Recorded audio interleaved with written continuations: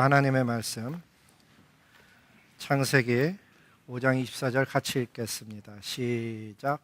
에녹이 하나님과 동행하더니 하나님이 그를 데려가심으로 세상에 있지 아니하였더라. 아멘. 옆에 분들과 인사합니다. 참 잘 오셨습니다. 주님의 이름으로 축복합니다. 여러분 정말 잘 오셨습니다. 주님의 이름으로 축복합니다. 1부 때 인사를 제가 했는데 하오이날 부살간 도고탐 그러고 인사를 했더니 저게 뭔가 그러시는 분도 있고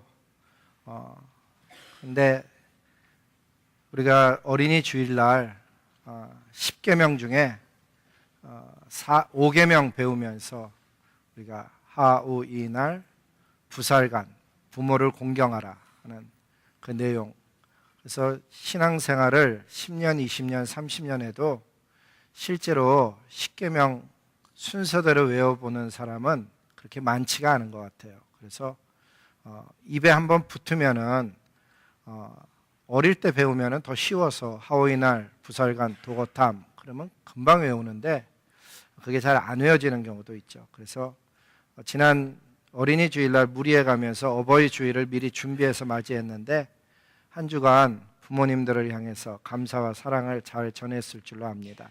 오늘은 여름방학에 대해서 나오는데 여러분은 여름방학이라는 단어를 들으면은 무엇을 생각하고 가장 먼저 어떤 게 와서 닿는지 모르겠어요. 제가 그림을 준비했었는데 각 사람 마음속에 여름방학은 다 다르게 다가오는데 노는 게 좋다고 느끼는지 아니면 뭔가 더 열심히 여름방학 동안 해서 다음 학기를 준비하는 쪽이 좋다고 생각하는지, 물론 둘 다 적절하게 하면 좋겠다고 답하시겠지만은 지난 2017년 한국의 대학생들 3,282명, 그러니까 적지 않은 숫자인데 3,282명에게 여름방학에 뭘 했으면 좋겠냐, 어떤 계획을 갖고 있냐 질문했더니 1위가 뭐였는가 하면 아르바이트를 하고 싶다는 거였고 2, 3, 4위가 모두 취업 준비를 위한 공부랑 릴레이되는 답을 줬습니다.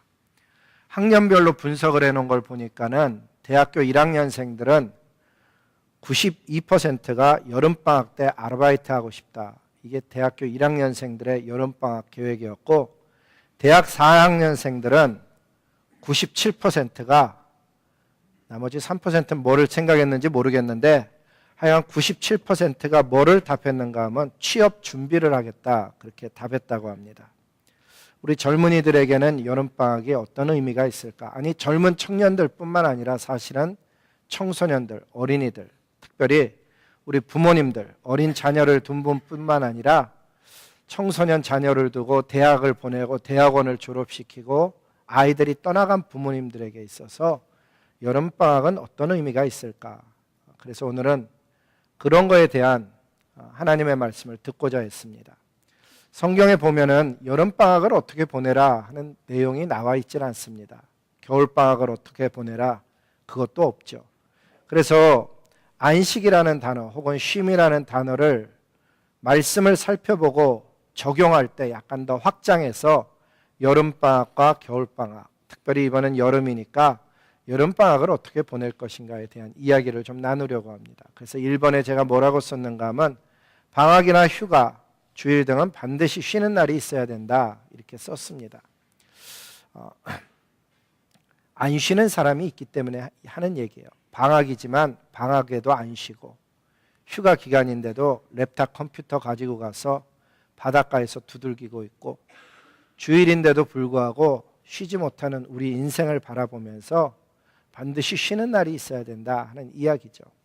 성경의 쉼에 대한 이야기는 우리가 다 알고 있다시피 하나님께서 창조하실 때 그 하던 모든 일을 마치고 일곱째 날에 안식하셨다라는 이 창세기 2장 2절 말씀이 아마 제일 처음 나오는 안식에 관한 날일 것입니다. 안식이 뭐냐 하면은 말 그대로 일을 하던 것에서 멈춰 쉬었다는 이야기입니다. 그래서 대부분의 그리스도인들은 주일날 저와 여러분처럼 모여서 이렇게 예배를 드리면서 쉰다, 안식한다라고 이야기를 합니다. 구약시대에는 하나님께서 이 안식하는 것을 가르쳐주기 위해서 광야 생활 40년 동안에 반복해서 가르쳐줬는데 6일 동안은 어떻게 해야 되고 하루는 어떻게 해야 되는가를 어떻게 가르쳐 줬는가 하면 출애굽기 16장에 보니까 엿새 동안은 너희가 그것을 거두되, 여기서의 그것은 만나입니다. 일곱째 날에는 없을 것이다. 그러니까 그날 걷어서 먹는데 특이한 것은 6일째 거두는 것은 그 다음날 놔둬도 벌레가 생기지 않게 하셨다는 거예요. 그리고 7일 그날은 없을 것이다. 그런데 하였으나, 제가 거기 노란색으로 하이라이트를 했어요. 그렇게 말씀하셨음에도 불구하고 백성들은 일곱째 날에 나가서 거두려고 했는데 얻지를 못해서 할 수 없이 백성들이 일곱째 날에 안식했다고 성경은 기록하는 거예요. 저기서 보여주는 것이 두 가지인데, 하나는 평일날 동안에는 만나를 거두었는데 내일 나가기 싫어. 그래갖고 오늘 이틀치를 거두면은 놔두면은 냄새가 나고 벌레가 생겼어요. 그래서 만나는 매일매일 그날 거둬야 됐었는데, 이상하게도 6일째 거두는 것은 이틀 먹을 수 있을 만큼 괜찮았고, 특이한 것은 일곱째 날에 나가면은 못 거뒀다는 거예요. 그게 하나님이 전하려고 했던 게 무엇일까? 내용은 세 가지로 정리해 볼 수 있는데, 너희가 수고하면서 사는 것 같지만 사실은 실제적으로 너희의 삶을 공급해 주는 분은 하나님이시다. 그리고 그 하나님께서 공급하는 것을 취하는 방법이 뭔가 하면 아무 때나 나가서 거두는 게 아니고 해가 뜨기 전에, 더워지기 전에 나가서 일찍 일어나서 노동하고 수고해서 수확해야 되는 거지, 집안에 누워 있는데 하나님이 집안까지 가져다 주는 것은 아니다. 또 그 만나는 장차 산떡으로 오실 예수 그리스도를 상징하는데, 장차 그리스도가 오시면 너희가 영생을 얻게 될 것이고 영원한 안식에 들어갈 것에 대해서 가르쳐주는 상징적인 의미가 있었죠. 근데 아쉽게도 가르친다고 해서 다 똑같이 배우질 않더라는 거예요. 오늘날까지도 어떤 사람은 저러한 하나님의 의도를 제대로 알지 못해서 꼭 안식일에, 즉 토요일에만 예배를 드려야 된다고 주장하는 분도 있고, 그렇게 토요일 날 드리는 예배만 하나님이 받으신다고 믿고 있는 분이 있다는 거예요. 왜 그분들은 그렇게 믿을까? 그 바탕에는 십계명이 있죠. 십계명의 네 번째, 하오 이날, 날에 대한 거예요. 주일날을 우리는 주일이라고 부르지만 안식일을 구별하여 거룩히 지키고자 하는 아주 좋은 의도였죠. 그런데 좋은 의도였던 건 좋은데, 그게 지나쳐서 주일날 예배드리는 사람들을 향해서 태양신을 섬기는 배교적 행위라고까지 말하는 것은 좀 지나침이라는 얘기예요. 왜냐하면 성경이 뭐라고 가르쳤느냐가 가장 중요한데, 과연 성경에서는 이 쉼의 날에 대해서 뭐라고 가르치고 있을까? 토요일만 쉬어야 되는 것이고 안식해야 되고 예배드리는 것을 정말 가르쳤을까? 아니면 다른 날도 이야기했을까? 구약 성경을 읽어보면 처음부터 하나님은 안식일, 제7일에 해당하는 안식일만 지키라고 하지 않으셨고, 그 다음 날도 주일 절기, 오늘날로 얘기하면 주일인데 여덟째 날도 성회로 모이는 걸 처음부터 가르쳤죠. 레위기 23장의 내용인데, 7일 동안에는 너희가 여호와 하나님께 화제를 드릴 것인데 여덟째 날에도 너희는 성회로 모여. 여덟째 날이 바로 오늘날의 주일에 해당하는데, 그날도 너희가 모여서 화제를 드릴지니 이는 거룩한 대회라 어떤 다른 노동도 할지 말지니라. 여덟째 날에도 주일과 동일한 규례를 주신 것을 알 수가 있죠. 그러면 이틀을 지켜야 되는 거냐라는 질문이 나타나는데, 우리가 신앙생활하면서 성경 공부를 차분하게 배워보지 못하는 약점을 가지고 있어요. 이런 구절에 대해서 차분하게 배워보질 못한 거죠. 근데 이런 구절만이냐? 그렇지 않다는 거예요. 예를 들면 창세기 17장에 보면은 할례를 행하는데, 그 할례는 영적으로 얘기하면 하나님께 속하는 할례인데, 그 할례를 8일째 행한 것을 볼 수가 있죠. 그게 그 창세기 17장 12절 말씀이에요. 뿐만 아니라 문둥병자를 정결케 하는 규례 역시 주일날 행했다는 거예요. 잘 생각해 보면 할례도 그 당시에 쉬고 있었던 안식일날 행했을 수가 있는데 왜 8일날 행하게 했을까?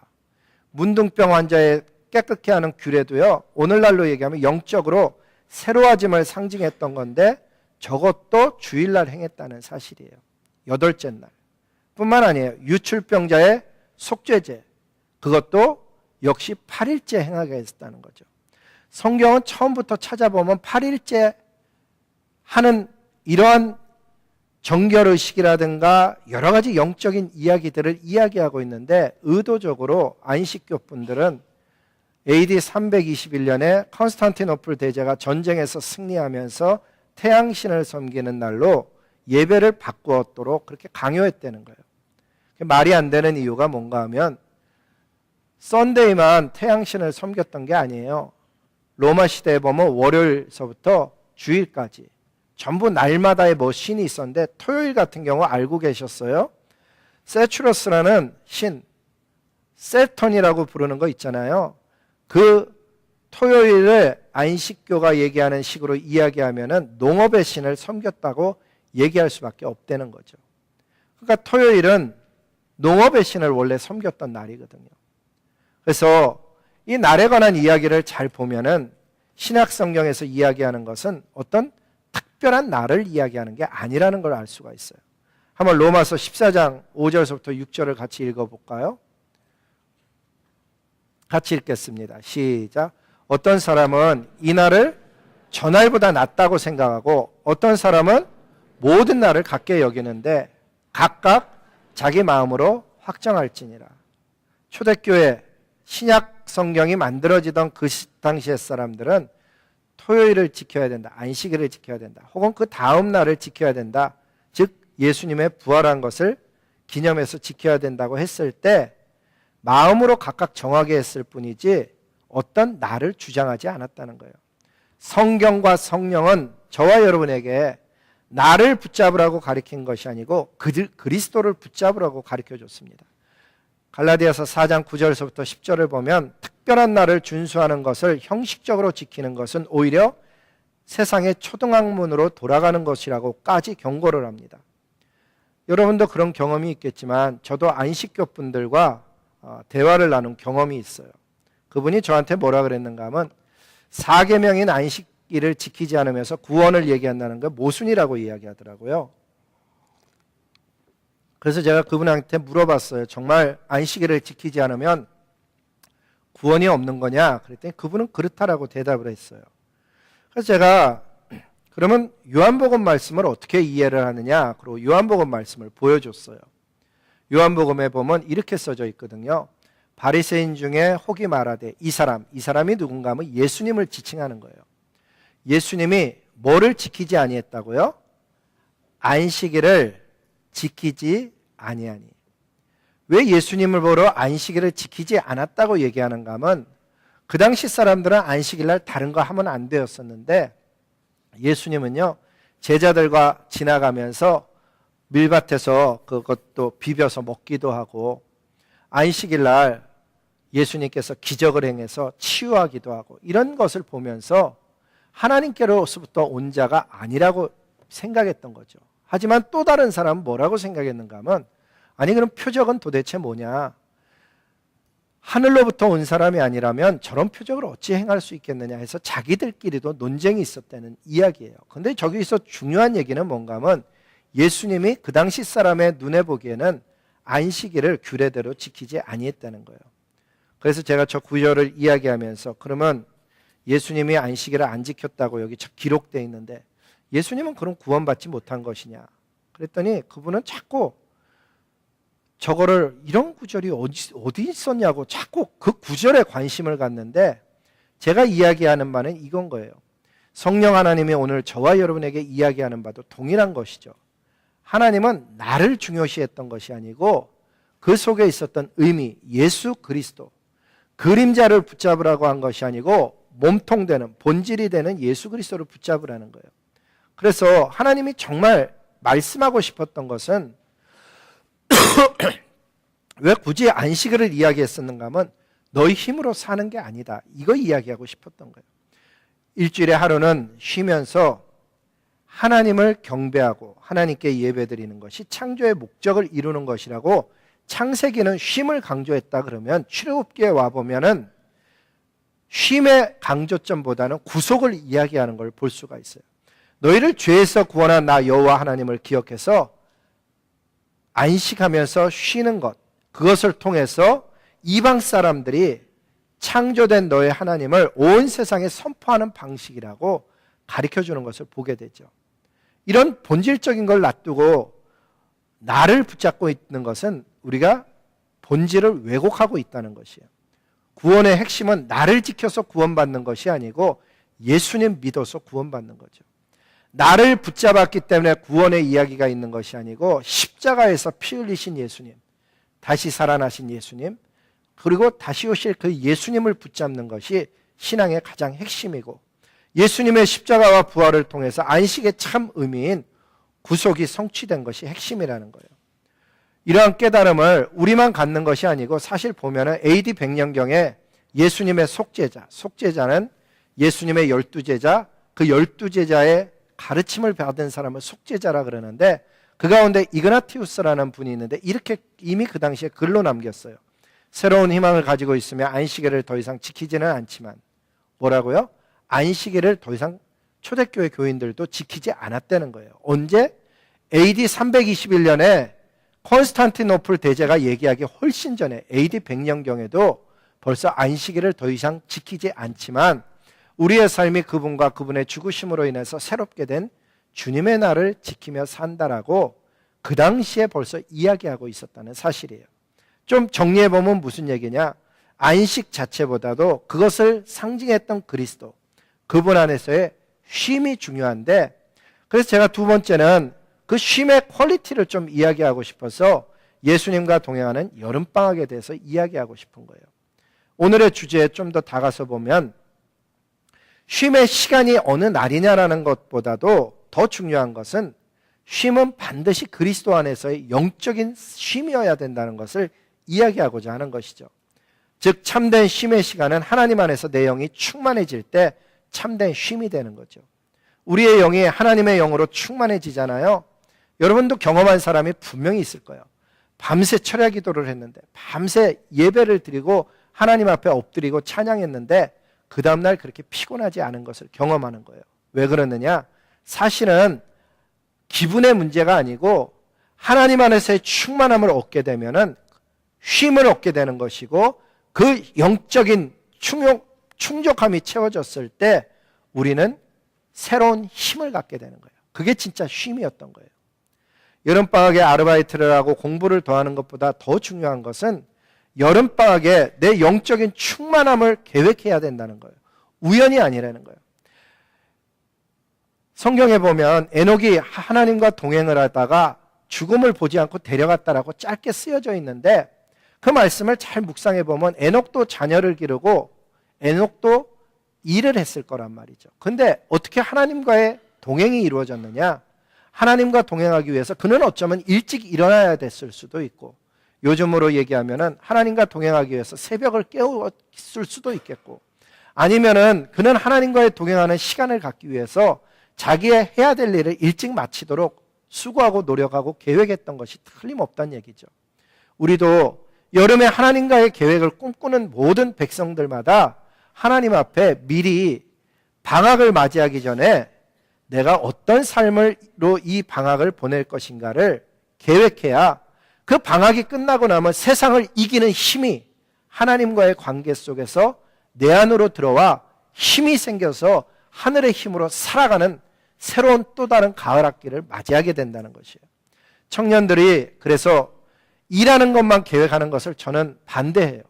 여름이 되면은 일하고 공부하는 것도 보충하는 것도 중요하지만 더 중요한 것은 무엇인가 하면 진짜 하나님과의 관계를 여름에 새롭게 하는 거예요. 이 여름에 더 말씀을 읽고 더 기도하고, 아니 여름에 계획을 세워서 오히려 선교를 떠나든지 하나님을 붙들고자 해서 수련회에 가든지 코스타에 가든지 어떤 형태로든지 영적인 계획을 세우지 않으면은 그 여름은 어쩌면 너무나 좋은 여름이지만은 그 여름이 나에게 있어서 오히려 내 삶을 파괴하는 여름도 될 수 있는 거예요. 여름방학 얼마나 좋은 기회인지 몰라요. 새로운 세계를 경험할 수 있고 여행할 수도 있고 인턴십도 할 수 있고 새로운 기회도 제공하는 것이 사실이지만 동시에 사탄의 공격을 받을 수 있는 가장 위험한 기간이 바로 여름이 될 수 있다는 거예요. 저는 청년들에게 이야기하고 싶은 것이 영적인 영향력을 배제한 여행, 특별히 이성 친구랑 둘이 떠나는 여행에 대해서 저는 우려를 해요. 사단은 그런 기회를 거의 놓치지 않기 때문이죠. 젊은 청년 여러분, 여름방학은 성령 충만해지는 기간으로 반드시 만드는 것을 계획하고 여름을 맞이하길 바라고. 그럼 청년들의 이야기만 하는 것이 아니라는 거예요. 연세 드신 분들, 특별히 여름을 맞이할 때 여러분, 그 여름은 어찌 보면은 내 인생 속에서 몇 번 없는 여름이 될 수도 있어요. 몇 번 없는 그 여름을 내 인생 속에 가장 가치 있는 일이 무엇일까를 하나님 안에 찾아서 그 일에 집중해 보는 거예요. 대학원생들을 두신 분들도 그렇고 청소년 자녀를 기르시는 분들도 그렇고 여름을 계획할 때 본인 것만 계획하는 것이 아니고 자녀들과 함께 한번 앉아서 이 여름이 어떻게 하면 하나님 앞에 다시는 돌아오지 않는 시간인데 가장 가치 있고 의미 있고 보람 있고 영원한 것이 될 수 있는 여름이 될 수 있을까를 같이 계획해 보는 것은 대단히 중요하죠. 매해마다 방학이 되면은 정말 청소년들이 수련회 가야 될 시간에 가족 여행을 계획하는 일정을 잡는 분을 제가 가끔 봐요. 올 여름은 그런 일이 없었으면 좋겠어요. 왜? 영적인 일보다 더 우선적인 일이 사실은 세상에 존재하지 않기 때문이죠. 어린 자녀를 둔 부모님들 여름방학을 힘들어하는 경우도 있어요. 왜? 자녀들이 매번 학교 가서 좀 엄마가 자유로웠는데 자녀들이 방학 때 집에 있는데 하루 3끼를 꼬박꼬박 해줘야 되는 게 부담이 되는 경우도 있죠. 근데 여러분 꼭 그런 부담만 있는 게 아니에요. 왜? 한마음 썸머 캠프는요, 그런 분들을 위해서 아침서부터 오후까지 오픈해드리고 있고 그 썸머 캠프에 보내주면 아이들에게 제일 먼저 하는 것이 아침에 저희는 큐티를 가르쳐줘요. 어린 자녀들과 함께 성경 읽기를 가르쳐주고 그리고 더운 시간이 되면 애들한테 노는 것, 함께 방학은 쉬는 거예요. 교회는 학원이 아니에요. 더 공부하라고 교회에서 학원처럼 운영하는 것에 대해서 저는 굉장한 컨선을 가지고 있어요. 오히려 방학이 친구를 사귀고 하나님과 더 가까워지고 그리고 삶 속에 자기를 돌아보는 그런 쉼의 시간을 만들어주는 것은 대단히 귀중하다는 거죠. 정말 좋은 선물은 자녀와 함께 시간을 보내주는 거예요. 다 그렇게 할 수는 없겠지만 잘 찾아보면 시간이라는 것은 만들어낼 수 있다는 것을 발견하게 돼요. 어떤 사람은 하루에 한 가지 일 하는데 온 시간을 들여요. 어떤 사람은 10가지도 더 해요. 시간은 잘 보면 어떻게 쪼개어 쓰느냐의 문제인 것이죠. 방학 동안에 자녀들과 함께 즐겁게 가족 부흥회도 계획해보고 정말 가족 텐트 나잇도 한번 만들어 보는 거예요. 어린 자녀들과 함께 자보기도 하고. 그게 뭐 야외로 산으로 나가야 되는 거 아니에요. 거실에다가 텐트만 쳐놔도 어린아이들은 텐트 안에서 보낸 그 여름을 잊어버리지 못하는 거예요. 아이들과 함께 붕어를 잡으러 다녀본 적이 있는지, 아니 뭐 너무 그렇게 시간이 한다 그러면 가까운 곳에 가서 곤충이라도 채집해보고, 여러분 정말 자녀랑 캠프파이어 집에서 이 불장난을 해보는 거예요. 찬양도 부르고 머시멜로도 구워보고. 학기 중간에는 못하지만 방학 때는 어느 주말을 사용해서 얼마든지 만들어낼 수 있는 거예요. 쉼이라는 것, 하나님 안에서의 안식은 시간의 양보다도 퀄리티가 훨씬 중요한 이야기죠. 여름방학이 유익할 뿐만 아니라 엄마 아빠와 가까워지고 내가 내 자녀를 이해할 수 있는 좀 더 좋은 그런 것을 얼마든지 계획할 수 있다는 거예요. 에녹이 하나님과 동행하는 것 얼마나 중요한 이야기였겠어요. 그렇다고 해서 에녹이 하나님과만 동행했을까? 저는 그렇지 않다고 생각해요. 에녹이 낳은 자녀 중에 무드셀라라는 자녀가 그 바로 보면은 창세기 5장에 보면 무드셀라 이야기가 나오잖아요. 무드셀라가 자녀를 낳고 또 그가 몇 세를 낳으며 살았더라 그런데 보면 969세를 낳고 살았대요. 특이한 점은 에녹이 낳은 자녀가 성경에서 가장 오래 산 자녀가 된 거예요. 어떻게 보면 우연일 수도 있죠. 근데 어떻게 보면은 가장 마음 편하게 가장 삶 속에 아름다운 것을 누리며 부모를 보면서 배워서 그렇게 살았을 가능성도 상당히 있을 수 있다는 거예요. 중요한 것은 내가 하나님과 이 여름에 영적인 동행을 꿈꾸듯이 내 자녀와의 영적 동행을 꿈꾸는 하늘의 자녀를 길러내는 부모님들의 심령, 신앙이 될 수 있기를 주님의 이름으로 복을 비는 거예요. 맨 마지막은 예수님과의 동행, 감사와 행복에 대해서 좀 나누고 싶었어요. 여름방학에 예수님과의 동행을 정말 한번 배워보기를 꿈꿔보세요. 놀랍게도 수많은 그리스도인들이 예수님을 믿는다고 하면서도 예수님과 동행하는 감사와 행복을 많이 경험 못하고 사는 그런 경우를 보게 되거든요. 어떻게 알 수 있냐? 여러분 정말 예수님 만나서 행복해지셨어요? 인생 변했어요? 예수님 만났기 때문에 가던 길이 정말 변했느냐는 자꾸 물어봐야 되는 거예요. 왜? 많은 경우 예수님 안 믿었으면 더 나을 사람이 예수님 믿어서 더 힘들어진 경우도 보이거든요. 제가 지난번에도 얘기했지만 이 교회에 가끔 오는 분이 있어요. 정말 잊어버릴 만하면 와요. 그래서 제가 어느 날 그분을 붙잡고 등록하고 다니세요. 그러고 권했더니 그분이 아주 정색을 하고 얘기하는 거예요. 목사님, 제가 여기 산지 30 몇 년이 되는데 제 친구들이 다 유학생이었고 그때는 예수님 몰랐습니다. 우리끼리 정말 친했어요. 골프도 치고 같이 고기도 구워 먹고 정말 좋은 친구들이었는데 처음 교회가 생기더라고요.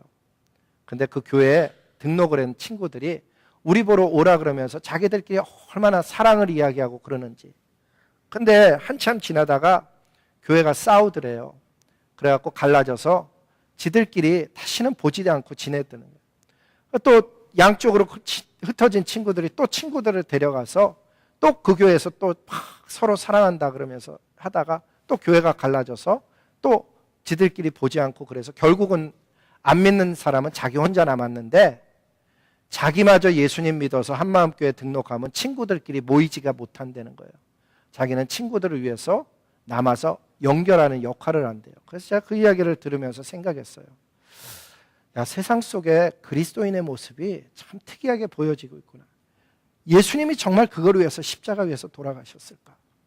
여러분, 예수님이 십자가 위에서 돌아가시면서 가졌던 기대는 신앙생활의 종교가 아니었던 거죠.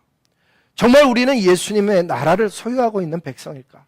아니, 이렇게 믿다가 내가 정말 오늘 생명을 잃는다면 나는 정말 하나님 앞에 가 멸류관 받는 인생일까?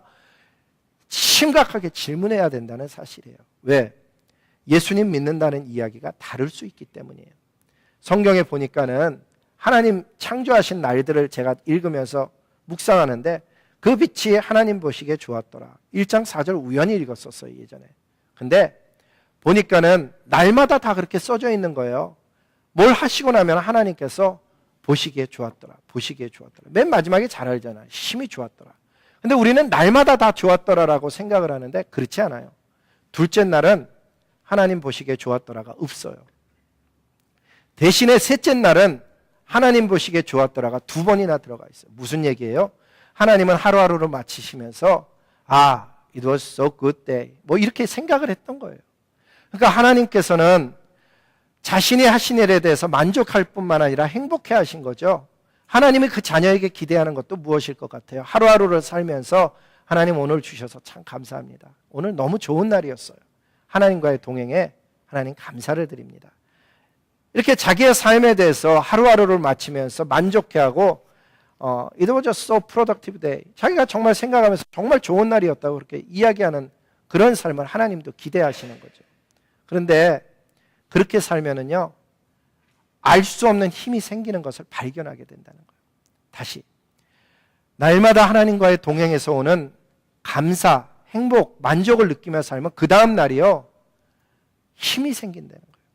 여러분, 주일날 와서 교회 와서 헌신하고 봉사해서 그 다음 날 피곤한 봉사는 뭔가 내가 방식을 바꿔야 되는 봉사예요. 진짜는 어떻게 되는가 하면요, 분명히 보면 피곤해요. 쉬지도 못했어요. 그런데 집에서 하루 종일 쉬면서 TV 보고 그 다음 직장 나온 사람하고 교회 가서 봉사하고 헌신하고 청소하고 섬기고 찬양하고 온 사람하고 월요일 날에 보면은 힘이 달라야 되는 거예요. 왜? 인간이 디자인되기를 원래 쉼은 하나님 안에서의 쉼이 정상이었거든요. 바닷가 갔다 와서 여름에 바닷가 갔다 와서 더 피곤한 것, 쉼을 사실은 누리지 못하고 있었던 거예요. 우리의 삶 속에 진짜 발견해야 되는 것은 하나님 안에서의 쉼인데 어떤 쉼인가 하면 하루에 대해서 만족할 뿐만 아니라 하나님과 동행한 어떤 일에 대해서 만족하는 영역도 있지만 더 중요한 영역은 내 힘이 미치지 못하는 영역에 대해서 안달내거나 조급해하거나 불안해하지 않는 쉼이 중요한 거예요. 진짜 하나님을 믿는 사람들은 모든 일에 대해서 어떻게 생각하는가 하면 내 힘을 떠난 어떤 일에 대해서 아버지 하나님 보시기에 선한 대로 인도하여 주실 줄로 믿습니다. 하나님 손안에 있음을 믿음으로 인해서 내가 편안한 잠도 자고 편안히 삶을 살아갈 수 있게 되는 게 그게 진짜 쉼의 아주 비밀인 거죠. 하나님 보시기에 좋은 삶을 살아가라고 저와 여러분을 예수 그리스도의 십자가로 구원해 주셨어요. 주님이 우리를 구원하실 때 가졌던 기대는 그냥 살라는 게 아니고 자, 이제 하나님과 이웃을 사랑하며 성령 하나님과 동행하며 이 땅에 준 태스크들을 잘 완수하다가 하나님 나라에 와서 하나님의 나라를 유업으로 받으라는 게 하나님의 기대였던 거예요. 우리의 삶은 십자가의 예수 그리스도로부터 시작돼서 부활의 능력을 가지고 살아가는 하늘의 사람이 되어야 되는 것인데 여러분 에녹이 하나님과 동행할 때 무엇을 가장 힘썼을 것 같아요? 누구랑 같이 동행하려면요 의지하든지 순종해야 돼요. 의지와 순종은 동행할 수 있는 가장 중요한 요소인 거예요. 2인 삼각 혹시 게임 해보셨어요? 이렇게 다리를 묶고 뛰는데 각자의 윌이 너무 강하면 뛰지를 못해요. 진짜 잘 뛰는 사람은요 둘 중에 한 사람이 리더가 돼갖고 그 사람을 의지해서 그 사람 박자에 순종해서 따라가면 쉽게 동행할 수 있어요. 하나님과의 동행이 딱 비슷해요. 하나님을 의지하는 것. 내가 할 수 없는 영역에 대해서 하나님을 의지해야 돼요. 내가 잘 모르는 일들에 대해서 하나님 말씀하시면 순종하며 가는 거예요. 그러면 하나님과의 동행은 순종함과 의지를 기반으로 일어난다는 사실이에요. 이제 말씀 마치겠습니다. 여름방학이 시작되는데 여러분은 이 여름방학을 어떻게 지내고 싶어요? 소원하기는 여름방학이 내가 예수님과 가까워지고 하나님 안에 더 깊이 들어가고 정말 십자가의 예수님을 더 많이 깊이 알아갈 뿐만 아니라 말씀으로 새 생명을 얻고 기도하며 새 힘을 얻는 정말 쉼이 있는 여름이 되기를 소원하는 거예요. 여름방학의 목표는 하나님 안에서의 쉼, 예수님과의 좋은 동행이 되기를 소원하는 거죠. 그런 여름이 되기를 주님의 이름으로 복을 빕니다.